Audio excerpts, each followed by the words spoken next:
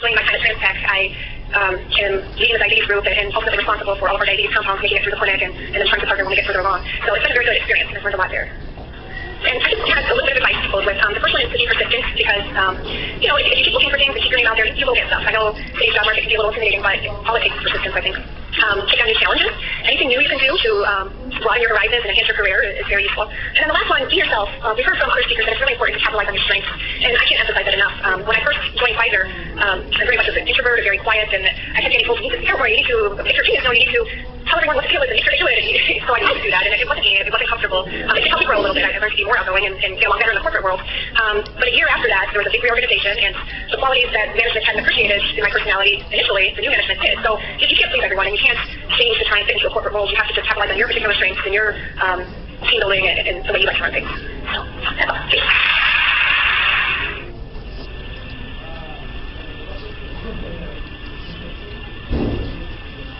All right, well, good morning, everyone. It's certainly just really exciting to me to be back. It feels like I really just left Vanderbilt. I remember sitting in my hall and doing my first set of IGT lectures and doing many finding and picking out many lunches. So I went to a wide variety of very interesting talks and looked for those that had the best lunch, but it also gave me an opportunity to learn a lot more about different topics. So I remember very fondly the life of the graduate student, finding lunches and receptions all over campus so that I could be able to eat on my graduate school stipend. But it's really exciting to be back here to share with you all. I remember it really feels like it was just yesterday that I was sitting in your seat looking at all of these people that had found these careers and feeling like they had this grand plan to be these things and uncover these careers. And now that I'm standing here in front of you, I can surely tell you that it's not as easy as it looks like, especially when I can only tell you about it in one slide. It really is a journey, and it's a journey of discovery, a journey of trial and error, a journey of successes and failures, but eventually you do find your way and find a way that you can be successful. And as the speaker said before, you find your strengths and utilize your strengths. So my career is in clinical microbiology. When I finished my PhD here at Vanderbilt in the Department of Microbiology and Immunology, I sought out this career in clinical microbiology and did a fellowship program through the American Society of Microbiology. They're called CPET programs. They're 2-year fellowship programs in clinical microbiology and medical public health. And so I really enjoyed that career, and then I realized that I needed to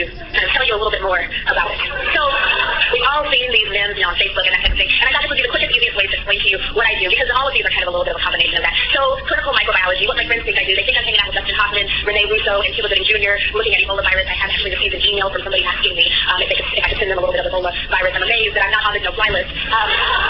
But my friends think I'm hanging out, in the GSL4 lab. I stopped getting invitations to dinners and parties. I was trying to figure out what was going on. But as a clinical microbiologist, I really am, honestly, on the front lines, not just close to the outbreak, but really you're on the front line of any type of infectious disease outbreak or syndrome that would happen here. We're the lab that all of the specimens will come to. So everything from a throat swab for somebody who has strep throat to diagnosis of HIV, diagnosis of viral, fungal, parasitic infections, we get all of those specimens into our laboratory, and we're responsible for the diagnosis. So anytime there is an outbreak, it's often the microbiology lab that are among the first to identify that and then to communicate that to our partners in public health at our state public health labs and the CDC. Sometimes it's something that's very big and emergent. You guys remember the swine flu of 2009?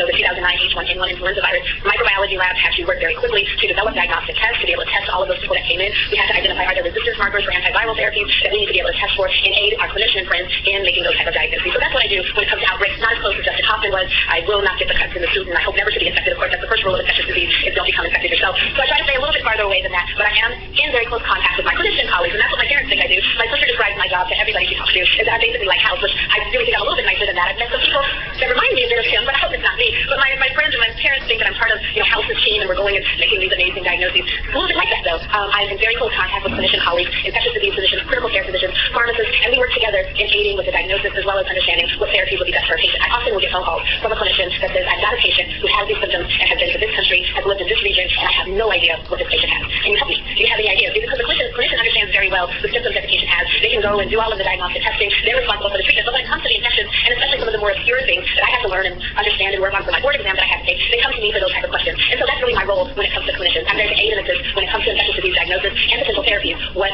we can do to help the patient. I also work with clinicians on the hospital infection control side, so looking at things like MRSA, as well as other emerging resistance patterns that we're seeing in hospitals that can cause widespread outbreaks in hospitals, working to develop tests that can help to control that. I work with my pharmacy colleagues and helping to make sure that the antibiotics that they use them in a very restrictive manner. We don't want to use, the largest scale antibiotics for a very small infection. We hope to refine the use of antibiotics so that we reserve the very broad spectrum antibiotics for the most severe infections, and that's called antimicrobial stewardship. So I work with these teams, I work with hospital administration, to be able to produce policy and protocols that aid in the use of antimicrobial therapy. So what clinicians think I do when I'm not helping them, they think I'm reading their minds. They think that I have a crystal ball and that I can take the most minute piece of tissue that you can barely see in the specimen container and do about 15 different assays that all require different extraction methods, different plating tools, different probes and primers and everything, and they think that I can just work my magic. And I try to, most of the time, and I'm not always successful, but really it's about the partnership and it's about me being able to work with my clinician colleagues. And sometimes I do have to read their minds. Sometimes I get the phone calls that say, well, I ordered this test. Now what do I do with the answer?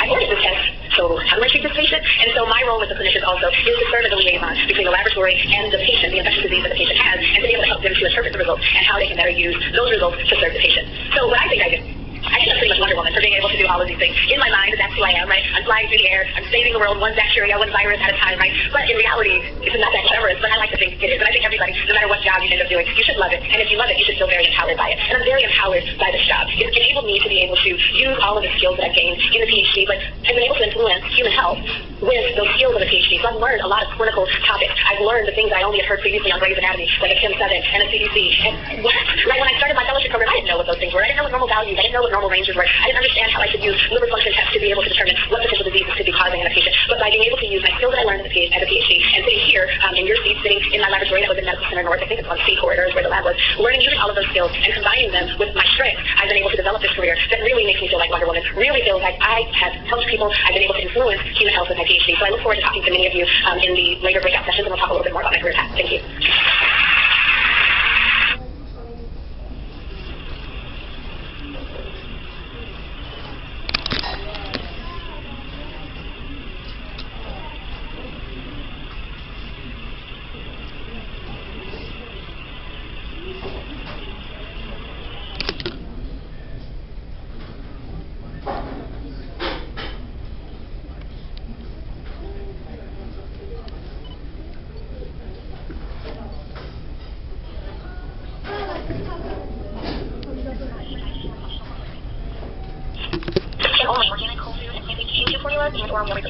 Today's webinar, Just Food, Traditional and Revolutionary Principles of Health and Healing, will provide an overview of the most frequently asked questions and controversial topics in the field of nutrition, including Ayurveda, pH-balanced diet, ketogenic diet, intermittent fasting, and paleo diet.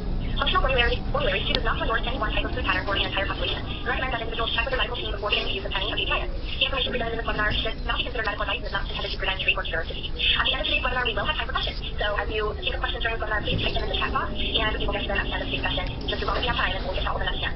This webinar has been given prior approval for one continuing education credit for registered dietitians and dietitian technicians with nutritional dietetic registration. After today's webinar, I'll be sending you a certificate of completion so that you can claim those credits with PR. Speaking on today's webinar is Dr. John Manuel, the Director of Nutrition here at Functional Formularies. Here with the team, John leads nutrition research and development initiatives to make whole food nutrition accessible for all people, including those people who require the use of a GM2. John is a core faculty member with the Center for Mind Body Medicine in Washington, D.C. He has taught a variety of nutrition and exercise physiology courses at numerous universities and frequently leads talks and programs on topics such as inflammation, heart health, and metabolic syndrome. John holds a doctorate in human nutrition and food science from the University of Maine and a master's of public health from the University of North Carolina. Thanks for being with us today, John, and I'll turn the presentation over to you. All right, well, thank you, Tori, and welcome, everyone. It's great to be with you this afternoon. I wish I were with you in person. It looks like from just looking at who's with us today, everybody comes from such different backgrounds. We have people that are, working with various populations in real desperate need of care, and we have people who are on the research and development side of things. So it's great to have that diversity. Hopefully, we can together dive into this topic, which is, I think, an important one, because so many of us work in various settings where, as you know, there's so much confusion and controversy around ways of eating. And I thought when we decided to offer a series of webinars, it would be the best one to offer as an initial one, because there was some really important questions that need to be asked, and there's some paradigms I think a lot of us have operated under, certainly myself included, over the years that need to be questioned. So as again, as Tori mentioned, this is not intended to provide any medical advice or any one way of eating. Really, what I want people to get out of this discussion is I want people to ask questions. How does diet influence health? And are there patterns within ways of eating, within particular foods or macronutrients that have a more profound influence on health than others?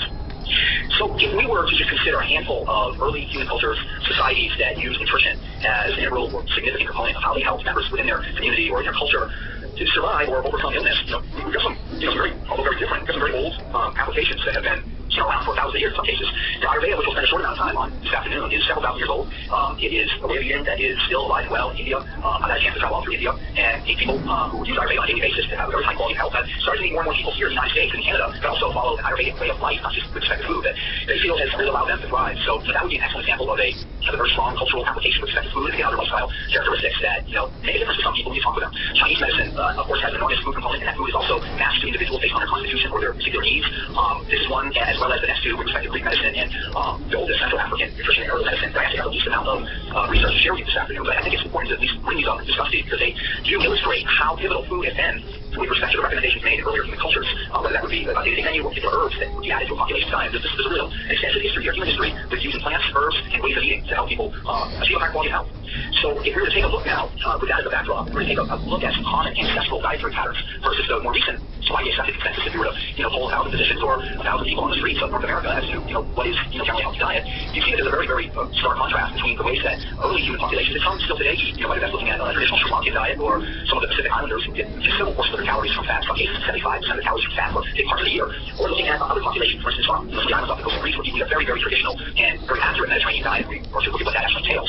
These are again, stark contrast to what most people have accepted as a normal way of eating. In some cases, they consider it to be a very natural way for humans to eat. You've heard of some populations, we look at an organic, grain-based, low-fat diet as being the gold standard for how we were or are intended to eat. But again, that's a much more contemporary perspective than would be those populations, whether we're talking Native Americans or Indigenous areas of the world, who had much more traditional ancestral diets. Again, I think this is an important backdrop to today's conversation, because we're going to now embark on a conversation looking at some very popular dietary recommendations that have enormous followings. I'm sure you're going to be familiar with several of these. And there's a lot of confusion around those. There's some fear around those, that they are either not healthy, that they put a person or population at greater risk for either deficiencies or some type of toxicity or something like hyperlipidemia.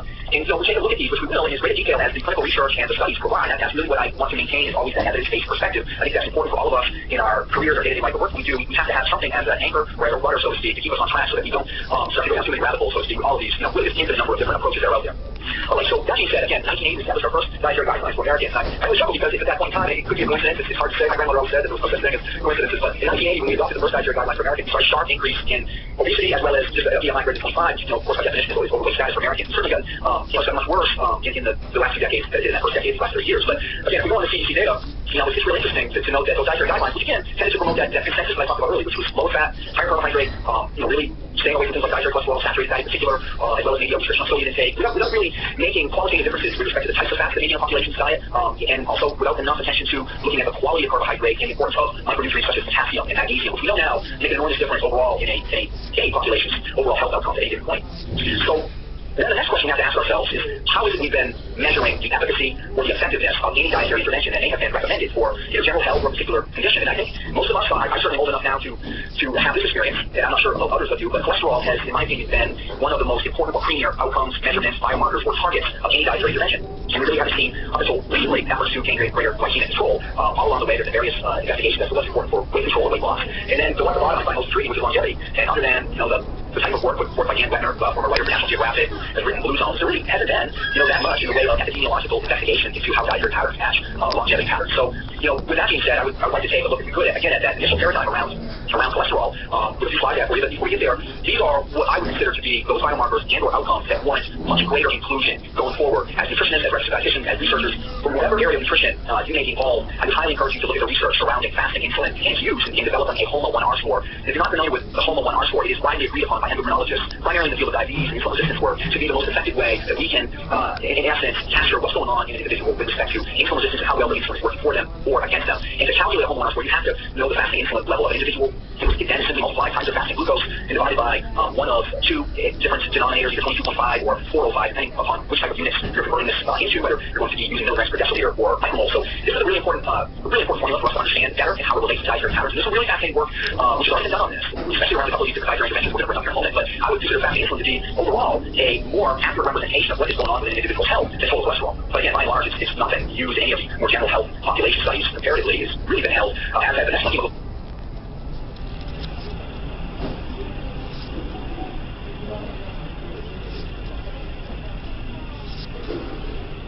A1C in reserve for people who already have diabetes. There are a good number of studies looking at HbA1c in terms of measuring outcomes for diabetic patients, but fasting insulin would be at the top of this list.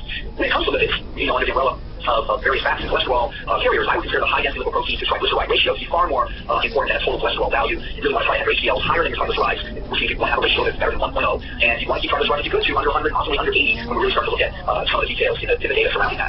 So those are really good biomarkers for us going forward as a research-based community to ask for, and if we're involved in research, we try to incorporate that into studies that we're involved with. But again, I wouldn't in any way neglect metric measurements such as waist-to-hip ratios or BMIs that are used now for decades, and actually I feel have their place in this, as well as some more ones such as adaptive proteins, whether we're talking about highly sensitive CRT or otherwise, that can detect inflammation that, as we're going to look at here in a few minutes, is certainly generated from dietary imbalance.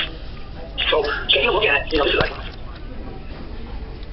people think more closely about total cholesterol and how it relates to health. If you take a look at this DHF heart stat data, which goes back now to 2005, so more than a decade old, you'll see that if you look at these, again, a large number of studies, many of which are meta-analysis in themselves, you see that there's a sweet spot for total cholesterol. It's 200 to 250. That's the bottom of this U-shaped curve, where you get the lowest all-cause mortality. And this is, again, this is not new. You take a look at World Health Organization data for GAP and serum cholesterol levels, again, this is measured in millimoles, which is easy to convert, each multiply times 38.7. So, for instance, the millimole value of 5.0 would be about 198 or so for serum cholesterol in milligrams per deciliter. You see that when you get over that 5.00 millimole mark, which is about 200 or so milligrams per deciliter, you start to have lower risk all-cause death rates. So, both heart disease as well as, again, all-cause mortality. And this has been shown, so you're aware of that, it's been shown for, again, cardiovascular death rates as well as all-cause mortality for both women as well as for men. And the Pearson's correlation coefficients for the R values are very low for some of these, which would suggest no relationship at best, and maybe a actual inverse relationship, which is very surprising people consider it. So again, we don't really have the data to support the cholesterol lowering goal for better overall health that unfortunately most of the dietary recommendations, advice, and plans are disseminated for. So I think that's a really important paradigm to question, as I mentioned earlier this afternoon. Now, in the area of glycemic control, we do know that if we were to take a look at those macronutrients that have the greatest influence over glycemic control, it is obviously sugar, restricting sugar and simple carbohydrates first and foremost. And you can see that when you're looking at research around people who have diabetes and already have a certain level of dysglycemia.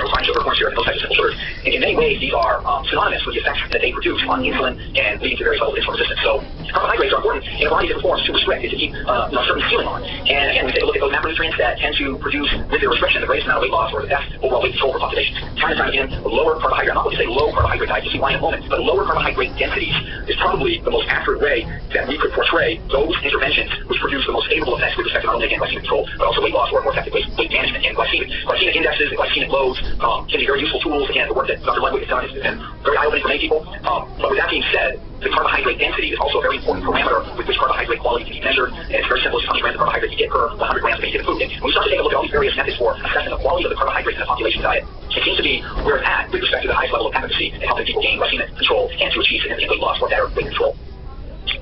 So what are people recommending today from a variety of different areas of nutrition advice, whether that's coming from RDs or that's coming from physicians, various types of physicians, whether they be more in the area of endocrinology or specialized in diabetes, or whether that be within the area of functional medicine, which is certainly a growing number of physicians countrywide or North America-wide. What we see is that the four newest ones are that if you were to take a poll from people who have been offered something that was new and had not been offered prior, it would be the paleo diet, the ketogenic diet, intermittent fasting, or Ayurveda. If we were to look at those diets that have been around for, in terms of being recommended for a much longer period of time, and or are based on the results from research that has really attempted to be extrapolated to general population, we would range from a low-fat, orange-type diet to the exact polar opposite, which would be a very high-protein fasting diet. So some of those which have been specifically designed for people of particular conditions or diseases, such as the American Heart Association intervention or diet. Then you've got the general recommendations, such as the more recent Mind Plate or the previous USDA food guide pyramid, the Mediterranean food guide pyramid that was put forth by Walter Willett. And of course, you have the intervention entities in various ways. You have many individuals who are big advocates for plant-based, vegetarian, and vegan diets for good reason. We'll take a look at those in a moment. And this is the newest one, which I find most intriguing because I think it ties a lot of the common denominators together within this slide. That's the pH balance diet. If you were asking me what pH balance meant when I was a graduate student at the University of North Carolina 20 years ago, I thought you were talking about some type of shampoo.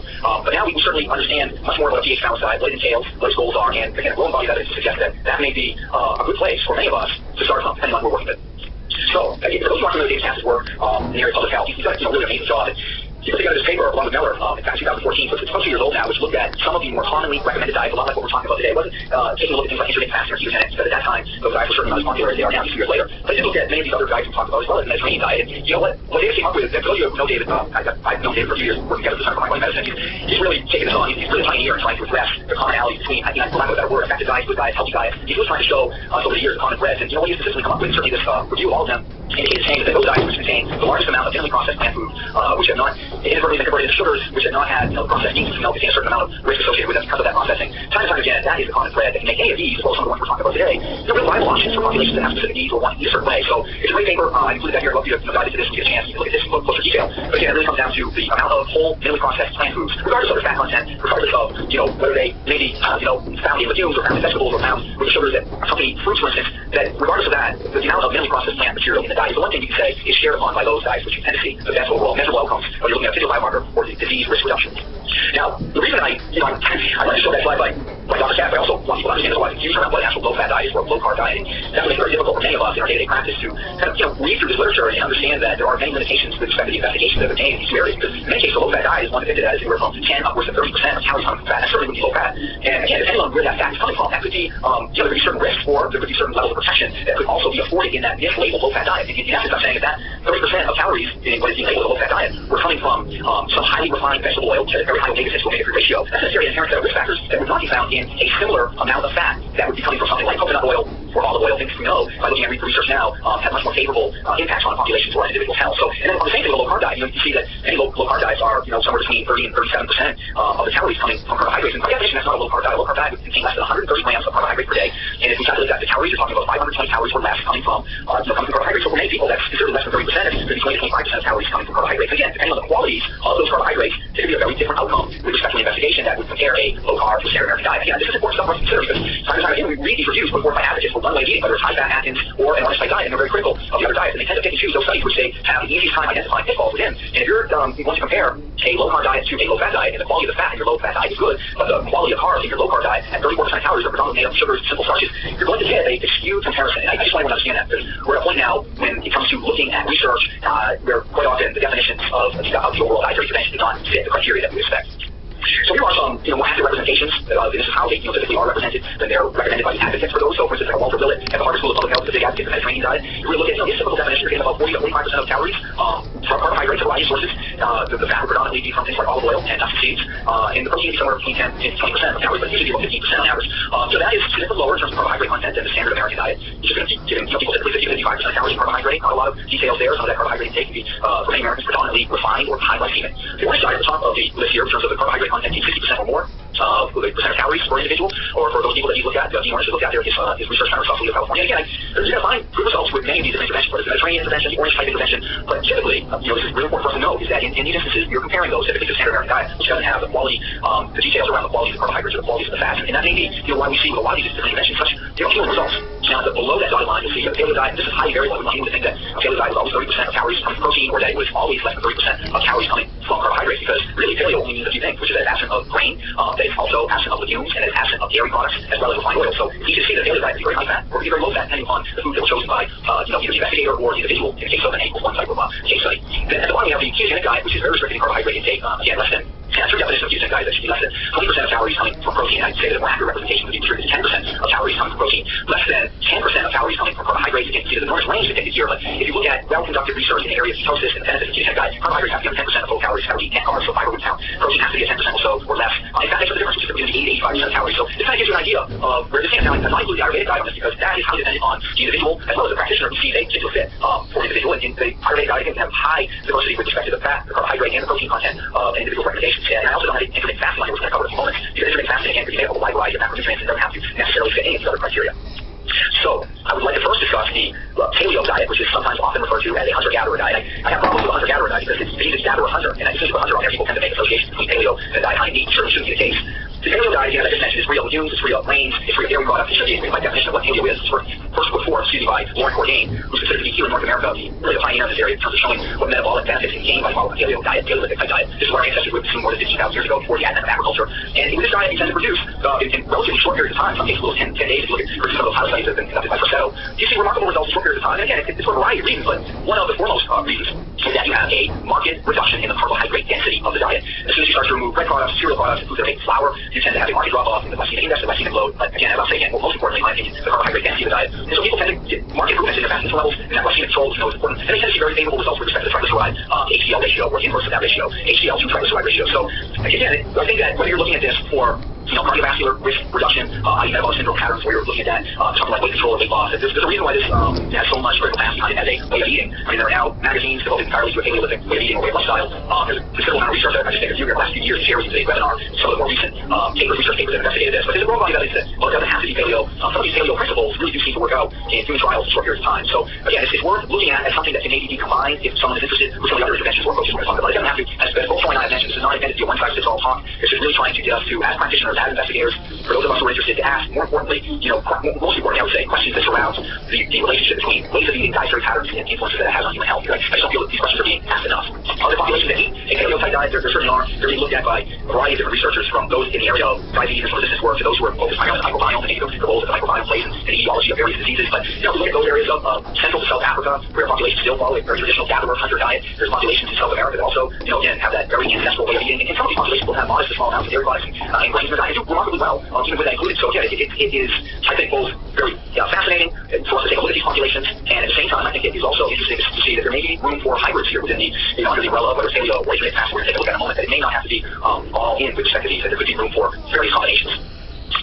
The paper that has really provided the greatest physiological explanation for why people tend to see great results with a paleo-type diet would be the work of someone such as Ian Gregory. This paper was looked at ancestral diets, their acellular carbohydrate content, which is not grains, and grain products, and how that really drives a variety of inflammatory conditions that may ultimately arise from aberrations within the microbiome, especially in the distal small intestine, where you get bacterial overgrowth in response to some of these very high carbohydrate dense diets. This paper is free to any of you who look at it in entirety and in great detail. Through Dovetail Press Online. It's a wonderful paper that was really focused towards diabetes control, and it's now really become a landmark paper when we start to look at what it takes to not only reverse diabetes and insulin resistance, but where we can really produce favorable changes in other areas of health as well. And if we take a look at the relationship here between carbohydrate-dense foods and particular effects, again, it's all is going to be downstream from what happens when bacterial populations in the distal small intestines tend to reach that overgrowth level when they're fed a high carbohydrate-dense meal day after day. And if you take a look at those foods, many of our ancestral foods have very, very low carbohydrate densities. It's only when we start to look at those things at the top of this horizontal bar graph that you get carbohydrate densities, which unfortunately make up the foundation of carbohydrates in many American diets. Here are the most common misconceptions around ancestral or hunter-gatherer type diets, paleo diets. One of the most common misconceptions, as I mentioned earlier, that they have to be high protein, that they have to be low carbohydrate, that they are going to inherently carry a high metabolic acid load or high potential renal acid load per hour weight, that they have to be very high saturated fat, that they're going to produce very unfavorable changes with respect to serum cholesterol or any other lipid biomarker. Many MDs and RDs have concerns that they're going to be too low in fiber, that they're not going to be nutritionally complete, or that they're going to, again, carry some type of inherent risk factor associated with them, either that they're not providing nutrients, or they're going to put some greater risk of cardiovascular disease and or diabetes. And I want to say that with all of these, none of these are true. All of these are in some way, shape, or form. They are going to be preconceived notions that a lot of people carry forward around this type of dietary recommendation. Someone could follow paleo diet, eat sweet potatoes at most of their meals. They could eat fruit at every meal. They could get the majority of the fat from things like avocados and other nuts and seeds. It's time and time again when I work with pharmaceuticals, this type of dietary intervention, this is what I hear. I just want to say that there's no evidence whatsoever to suggest that this type of diet puts people at greater risk. Again, this year there are a significant number of papers now show that it can produce favorable outcomes, but may not have to be all the time. There may be important principles from paleo type diet that could be applied without having to forego one of the food groups such as whether it's dairy products or legumes or something like that. So again, just things to think about as we go forward. And now we're going to look at intermittent fasting. Because intermittent fasting has become very, very popular for many individuals who have struggled with either their weight, with their energy levels. They are looking for another option as opposed to calorie restriction or low carb, where they feel like they're hungry all the time. And intermittent fasting is, again, there's a growing body of evidence suggesting that it is extremely therapeutic, especially for people with neurological conditions or neurodegenerative diseases, as well as for individuals who are looking to gain control over their control of their weight. So there's a couple different ways that someone could come upon a recommendation to go forward with intermittent fasting. Just really what it looks like is you want to restrict eating to anywhere between 8 to 6 hours a day, to 16 hours a day when individuals not eating. The reason that's important is that the postprandial state or fed state can last for anywhere from 4 to 5 hours, depending on the composition of the last meal was, and the post-absorptive state can last for up to 12 hours or longer, again, depending upon that last meal and the individual who consumed it. But that fasted state typically doesn't start for much, it doesn't start much sooner than 12 hours. In some cases, take a little bit longer than the other, and that's going to be a function of the meal of the last fat and the individual. But these are the general recommendations for intermittent fasting. People do not eat after a certain time in the evening or late in the day, and then they don't eat until sometime around noon or so the next day. And the reason this is more beneficial for some individuals is that there are really important physiological processes within the human cell that start to become upregulated with a more prolonged abstinence from food, avoiding that postprandial or fed or absorptive state. You get out with those windows of time, you start to have higher levels of autophagy, which is a really important process for a cell's ability to recycle damaged cellular hardware, whether that be protein manufacturing factories such as the endoplasmic reticulum or the mitochondria, which can become damaged, especially as we get older. It's also, autophagy is a very important way for cells to kick viruses out of the cell. In some cases, like in the case of herpes virus, really the only way that the human body can, in a natural physiological way, defend itself against particular viruses which become embedded in cells and can evade normal autophagy at low levels, which would only occur after around 12 hours or so not eating. It takes a little bit a longer window of time to get some of those viruses completely out of the cell. Apoptosis or cell programs, yeah, again, important for those cells which are damaged genetic material to basically self-destruct and to be eliminated from our cellular pool. And ketones really start to decline after around 15 to 16 hours. So important details are that the fats and oils do not interfere with intermittent fasting, so having a significant quantity of fat in the early morning can still allow this intermittent fasting process to roll on. The protein and carbohydrate sources do have to be restricted to very modest or small amounts in that fasting state. So using something like coconut flakes, for instance, can work as long as someone is eating so many coconut flakes that the carbohydrates and the protein levels creep up to a level that will interfere with this intermittent fasting. Ketogenic diets, which have some overlap with intermittent fasting, are those which are very restricted in both carbohydrate and protein content. Again, I mentioned that there are varying recommendations made in both clinical as well as in outpatient type settings where people are given much wider ranges of carbohydrate and proteins to choose from than the research would actually support. What I mean by this is that if we take a look at, I'll come back to the slides, but if you take a look at some of the recommendations that have been before for the last several decades with respect to ketogenic diet, we're talking your 4:1 ratios of fat to carbs and protein combined, some 3 to 1. Those are not nearly